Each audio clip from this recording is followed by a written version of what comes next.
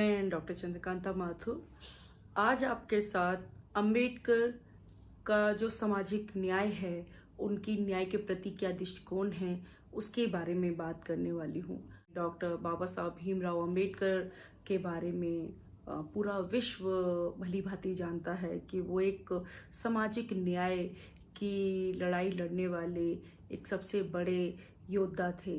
उन्होंने भारत में जो विविधता थी, भारत की जो जातीय भिन्नता थी, उसके खिलाफ एक संघर्ष किया और निरंतर ये प्रयास किया कि किस तरीके से भारत में जो एक भेदभाव जाति संगत है उसको कैसे खत्म किया जाए। यदि हम बात करें तो भारत के संविधान की जो प्रस्तावना है वो अपने आप में एक सामाजिक न्याय की पुष्टि करता है। जब बाबा साहब भीमराव अंबेडकर जब भारत के संविधान का प्रारूप तैयार कर रहे थे तो उनके प्रश्न था कि किस प्रकार से भारत की विविधता को एकता में समाहित किया जाए, भारत में जो जाति संगत जो विविधताएं हैं वो किस तरीके से समाप्त की जा सकती हैं। समानता, स्वतंत्रता उनका एक मूल कारण था, जिसके अंदर उन्होंने ये कोशिश की कि सभी नागरिकों के लिए सामाजिक, आर्थिक, राजनीतिक न्याय दिलाया जा सके। उसका एक प्रॉमिस, एक वादा किया। न्याय की अवधारणा के बारे में यदि हम बात करते हैं तो राजनीतिक दर्शन में या पॉलिटिकल फिलॉसफी में जस्टिस के कॉन्सेप्ट को इंट्रोड्यूस किया। प्रारंभ में हम देखते हैं कि जो न्याय का एक नैतिक मूल्य है, उसके अंतर्गत हम ग्रीक जो फिलॉसफी है, न्याय के संदर्भ में प्लेटो और अरिस्टोटल ऐसा मानते हैं कि एक न्यायपूर्ण समाज ही एक अच्छा समाज हो सकता है। प्लेटो न्याय को एक बुद्धिमान व्यक्ति के एक नैतिक मूल्य के रूप में देखते हैं। उनका मानना है कि कोई भी आदर्श राज्य बिना न्याय के संभव नहीं हो सकता है। अरिस्टोटल वहां पे न्याय को निष्पक्ष और समता के बराबर ठहराते हैं।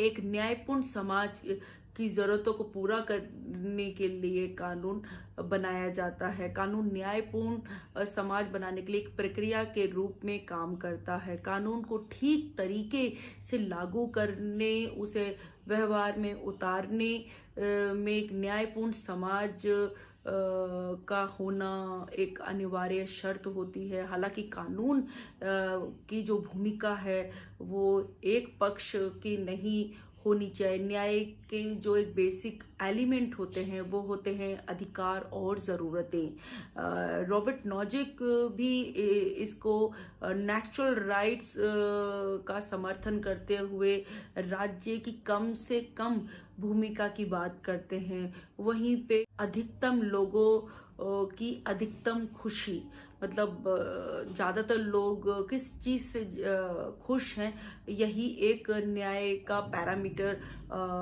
हो सकता है। न्याय के सिद्धांत के रूप में यदि बात की जाए तो इसका जो विकास है वो निरंतर जॉन रॉल्स ने जस्टिस के बारे में बात की। जॉन रॉल्स का जो न्याय का सिद्धांत है वो लगातार इस बात पर जोर देता है कि इस प्रकार से एक असमानता की स्थिति को दूर किया जाए और equal distribution amongst the society हो सके।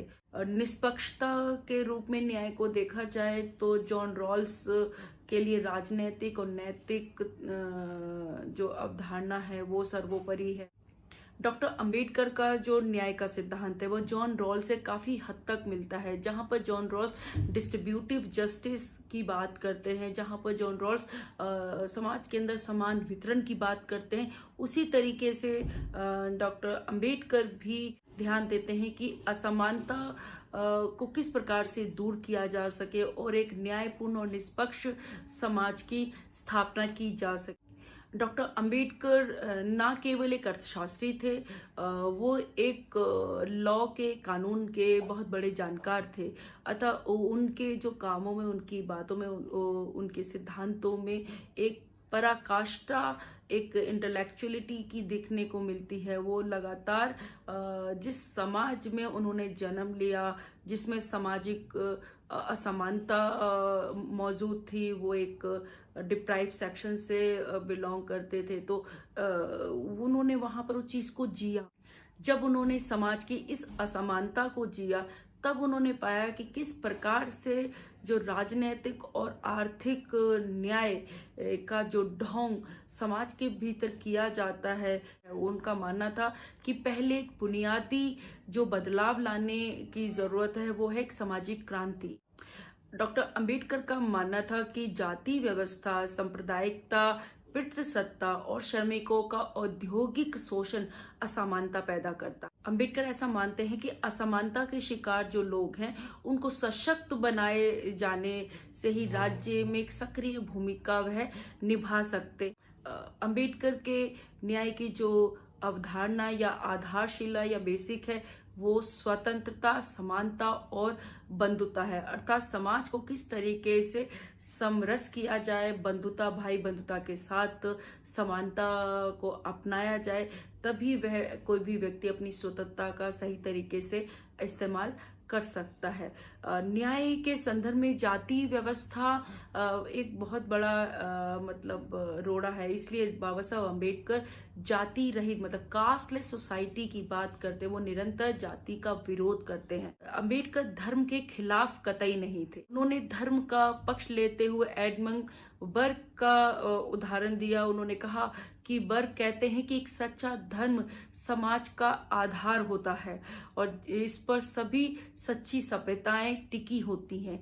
लेकिन हिंदू धर्म को अंबेडकर एक धर्म नहीं मानते थे क्योंकि वह जाति व्यवस्था पर आधारित है। जाति व्यवस्था न्याय के तीनों तत्वों स्वतंत्रता, समानता और बंधुता का निषेध करती। क्योंकि लगातार बाबा साहब अम्बेडकर ने उसका जिया, लगातार बाबा साहब अम्बेडकर ने इसको जिया और इसको सहन किया, जिसके कारण उन्हें कहीं ना कहीं ऐसा लगा कि हिंदू धर्म में यदि जाति व्यवस्था को लेकर यदि सुधार हो जाए तो संभवतः इसके अंतर्गत काफी हिंदू धर्म से ज्यादा बेहतर धर्म कोई नहीं हो सकता। लेकिन प्राचीन काल से ही उसमें कई सारे दोष देखे जाते रहे और जो एक शूद्र वर्ग या वंचित समाज लगातार एक शोषण का शिकार होता रहा। एक समुदाय के प्रति समाज के अन्य समुदायों का जो भेदभाव और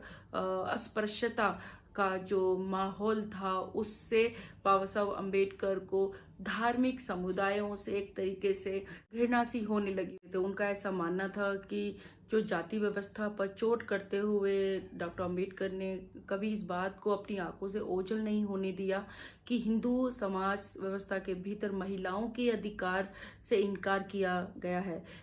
अम्बेडकर पितृसत्तात्मक समाज में महिलाओं के साथ होने वाले भेदभाव को भी महसूस किया। उनका ऐसा मानना था कि जो महिला और पुरुष है उनमें कोई भेदभाव नहीं होना चाहिए और वो निरंतर एक समान, एक साथ मिलकर आगे काम कर सकते हैं और निरंतर समाज का निर्माण करने में महिलाएं उतनी ही सक्षम और उतनी ही उपयोगी हैं जितना कि कोई एक पुरुष। अर्थात उनके साथ होने वाला जो भेदभाव और दुर्व्यवहार है वो कतई स्वीकार्य नहीं होना चाहिए। एक स्वच्छ समाज के लिए लिंग भेदभाव न्याय संगत नहीं है। अंबेडकर का जो सामाजिक न्याय है, सामाजिक न्याय में वो श्रमिकों को भी उतना ही महत्वपूर्ण स्थान देते हैं। वो कहते हैं कि समाज में अंबेडकर ने देखा कि जाति व्यवस्था न केवल श्रम विभाजन करती है बल्कि श्रमिकों का भी विभाजन करती है। जाति व्यवस्था एक व्यक्ति के पेशे के विकल्प को सीमित नहीं करती है और साथ ही साथ में निम्न श्रेणी के जो श्रमिक के द्वारा किया जाने वाला काम है उसको नीचा या नीच काम भी ठहराती है। अंबेडकर पूंजीवाद को भी श्रमिकों के शोषण की एक व्यवस्था मानते हैं। अंबेडकर इस बात एम्फसाइज करते हैं, उनका कहना है कि न्याय की अवधारणा अधिकारों पर आधारित होती है और किसी देश का संविधान अधिकारों को संरक्षण प्रदान करता है। अंबेडकर एक डिस्ट्रीब्यूटिव जस्टिस की बात करते हैं। उनका ऐसा मानना है कि जो जस्टिस है, जो न्याय है, वो ये सभी लोगों को, सभी व्यक्तियों को एक समान व्यवहार किया जाए जिसके भीतर जाति व्यवस्था लोगों के साथ किसी प्रकार का भेदभाव ना हो और सामाजिक स्तरों पर जो अलगाव है वो नहीं होना चाहिए। सभी के मध्य एक बंधुता का भाव होना चाहिए। सामाजिक और आर्थिक चीजों का जो बंटवारा है वो श्रेणी क्रम की व्यवस्था पर आधारित नहीं होना चाहिए। तो हम यहाँ पर ये कह सकते हैं कि जो अंबेडकर का जो समतावादी न्याय की संकल्पना समाज के वंचित लोगों को फायदा पहुंचाने के लिए असमान बर्ताव की अनुमति देता है। उनका ऐसा मानना है कि जॉन रॉल्स का जो निष्पक्षता के रूप में न्याय है वही वास्तविक न्याय है। समाज में समानांतर वितरण ही वास्तविक न्याय है, अर्थात अधिकारों और कानूनों को न्याय की चाबी के रूप में स्वीकार किया जाता है। दूसरी ओर वहीं पे अंबेडकर के लिए जाति व्यवस्था, सांप्रदायिकता, पितृसत्तात्मक व्यवस्था, श्रमिकों का शोषण एक न्यायपूर्ण समाज की स्थापना में सबसे बड़ा अवरोधक है। और ये ऐसा माना जाता है कि यदि राजनीतिक और आर्थिक सामाजिक निर्माण करना है और एक नए समाज का पुनर्गठन करना है तो ऐसी स्थिति में अंबेडकर की न्याय की संकल्पना को अपनाए बिना किसी भी बेहतर लोक कल्याणकारी राज्य की स्थापना नहीं हो सकती। जिस राज्य में सामाजिक न्याय नहीं है, जिस राज्य में किसी भी प्रकार का भेदभाव है, अर्थात वह राज्य एक लोकतंत्र के मार्ग में अवरोधक होता है। बाबा साहब अम्बेडकर का जो सामाजिक न्याय है वो निरंतर इस तरफ जोर देता है कि वो किस प्रकार से प्रत्येक समाज के वर्ग को एक समानता और उसको बंधुता के अंतर्गत जोड़ सके। वह कोशिश करते हैं सामाजिक न्याय के अंतर्गत कि आर्थिक रूप से हर एक व्यक्ति की जरूरतों को पूरा किया जा सके। वह कोशिश करते हैं कि किस प्रकार से सामाजिक न्याय, सामाजिक क्रांति एक समाज की ऐसी संकल्पना को प्रस्तुत करे जिसके अंदर व्यक्तियों के पास हर प्रकार के अधिकार हों और वो अपना व्यक्तिगत विकास कर सके। उसके विकास में किसी प्रकार की राज्य द्वारा और समाज के द्वारा रुकावट ना आए। हम फिर दोबारा एक नए विषय के साथ आपसे मिलेंगे। तब तक के लिए नमस्कार।